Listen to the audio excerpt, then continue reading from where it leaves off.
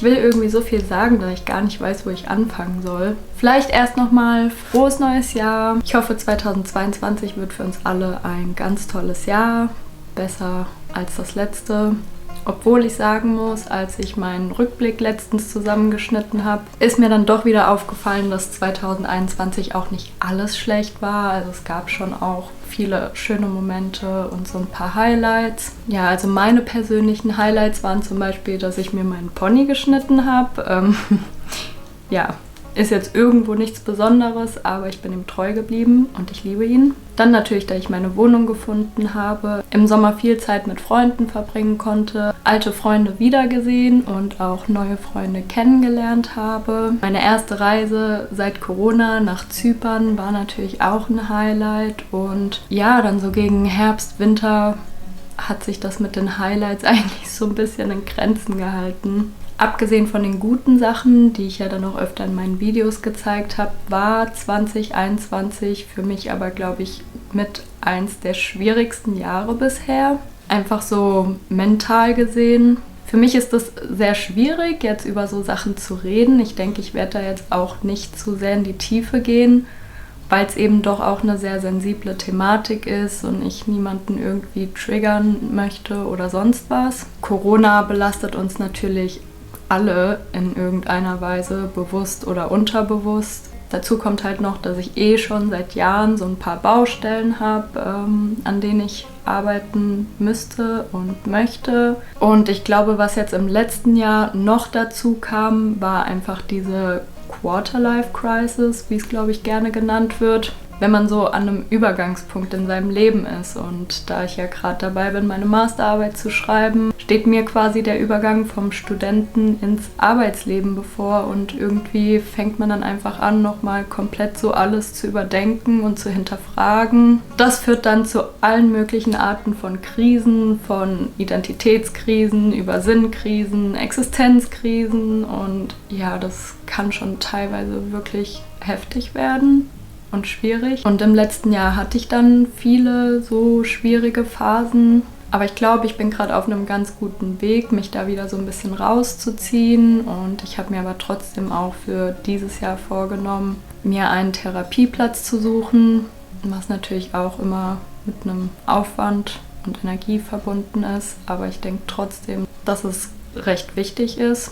Und der Grund, warum ich das jetzt anspreche, ist nicht, dass ich irgendwie Mitleid will oder so. Und ich kann euch keine Ratschläge geben, wenn ihr auch mit irgendwelchen Problemen zu strugglen habt, wie ihr damit umgehen solltet. Aber ich glaube, manchmal ist es schon einfach so ein bisschen tröstlich zu sehen, okay, andere Menschen sind auch am struggeln. Das bin jetzt nicht nur ich. Gerade online, wo man ja auch immer mit sehr viel positiven Sachen überflutet wird und immer das Gefühl hat, alle anderen haben ihr Leben total im Griff und machen immer nur tolle Dinge und ja, aber es ist halt nicht so. Und das wollte ich jetzt auch nochmal so ein bisschen unterstreichen. Also in meinen Videos seht ihr natürlich hauptsächlich meine guten Momente, aber es gibt halt auch definitiv die schlechten. Ja, was ich euch außerdem nur ans Herz legen kann, ist redet darüber, wie es euch geht. Ich neige auch dazu, die Sachen eher mit mir selbst ausmachen zu wollen, aber seit ein paar Jahren versuche ich da immer offener mit umzugehen und mit Leuten drüber zu sprechen und ich finde, das hat bisher auch schon echt viel bewirkt. Ja, so viel dazu. Eigentlich halte ich nicht so viel von Neujahresvorsätzen, weil ich denke, wenn man irgendwas machen möchte,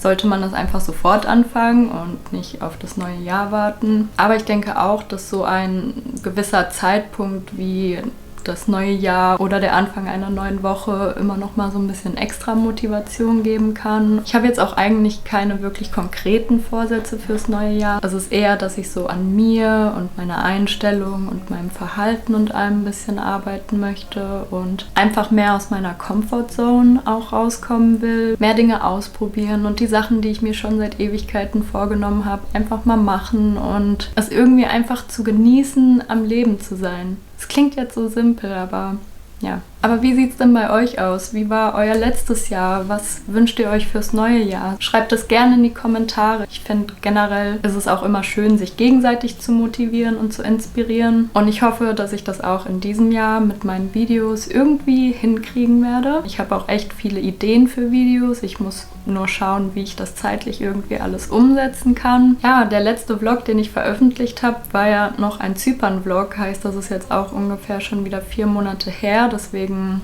wollte ich euch jetzt auch nochmal auf den neuesten Stand bringen. Also so viel ist in der Zwischenzeit eigentlich gar nicht passiert. Ich bin nach wie vor dabei, meine Masterarbeit zu schreiben, die ich jetzt auch Ende des Monats abgeben muss. Das wird nochmal, ja, schön stressig. Ich bin halt leider einer von diesen übertriebenen Prokrastinatoren. Aber ich sollte das auf jeden Fall bis Ende des Monats hinkriegen, denn ab 1. Februar fange ich dann schon an, als Trainee zu arbeiten. Ja, die Trainee-Stelle ist bei einem Unternehmen, bei dem ich auch schon als Werkstudentin gearbeitet hatte, als ich neu nach Berlin gekommen bin. Viacom CBS, vielleicht sagt es dem einen oder anderen was. Ist halt so in Richtung Fernsehen. Ich bin jetzt im Analytics-Bereich, ist dann halt viel Quoten analysieren, Reports erstellen und so weiter und so fort. Das Ganze wird natürlich im Homeoffice starten und ich bin tatsächlich schon gespannt, ob ich in den 18 Monaten überhaupt jemals ins Büro vor Ort gehen werde. Denn tatsächlich seit Beginn von Corona waren die Mitarbeiter von Viacom CBS nicht mehr im Büro gewesen,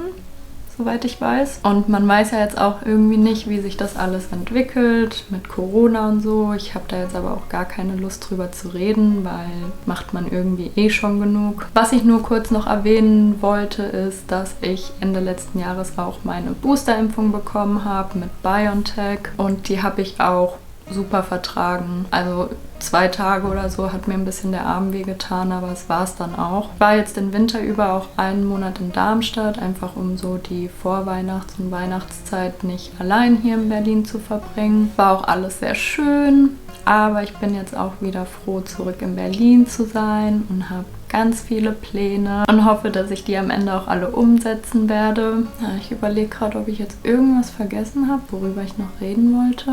Ich glaube nicht. Also ich bin auf jeden Fall optimistisch, dass dieses Jahr super wird und ich bin auch sehr motiviert, selbst dafür zu sorgen, dass es das wird. Und ich hoffe, ihr seid da genauso motiviert und optimistisch und ja, wünsche uns einfach allen ein schönes Jahr 2022.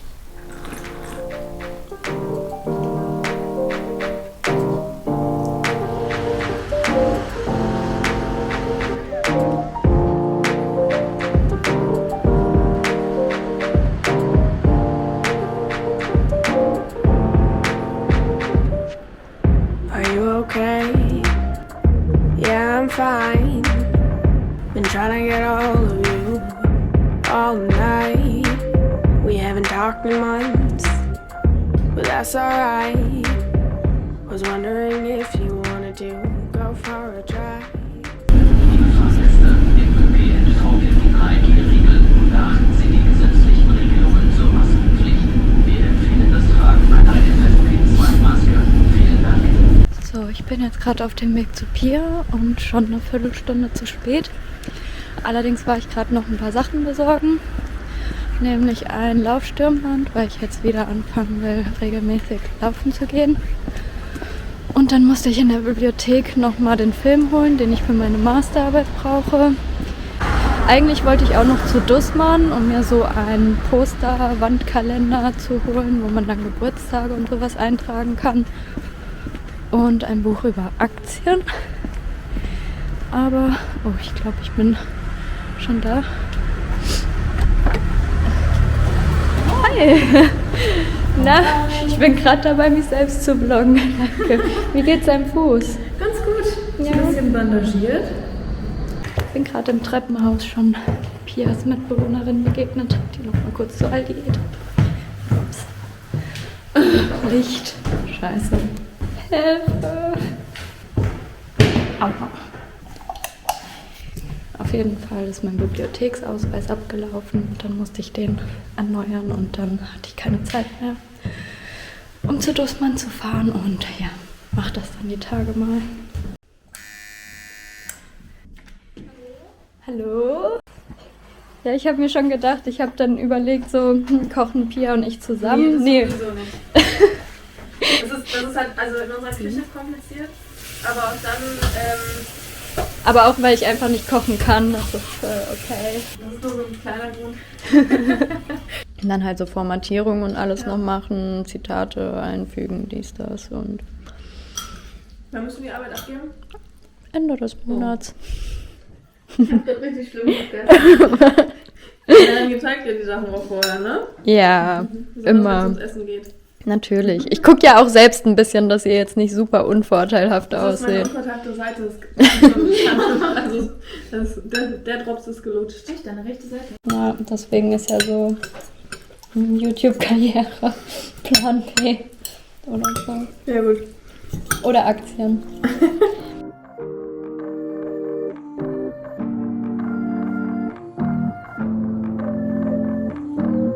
Are we going again? Just you and I on another one of our famous midnight drives.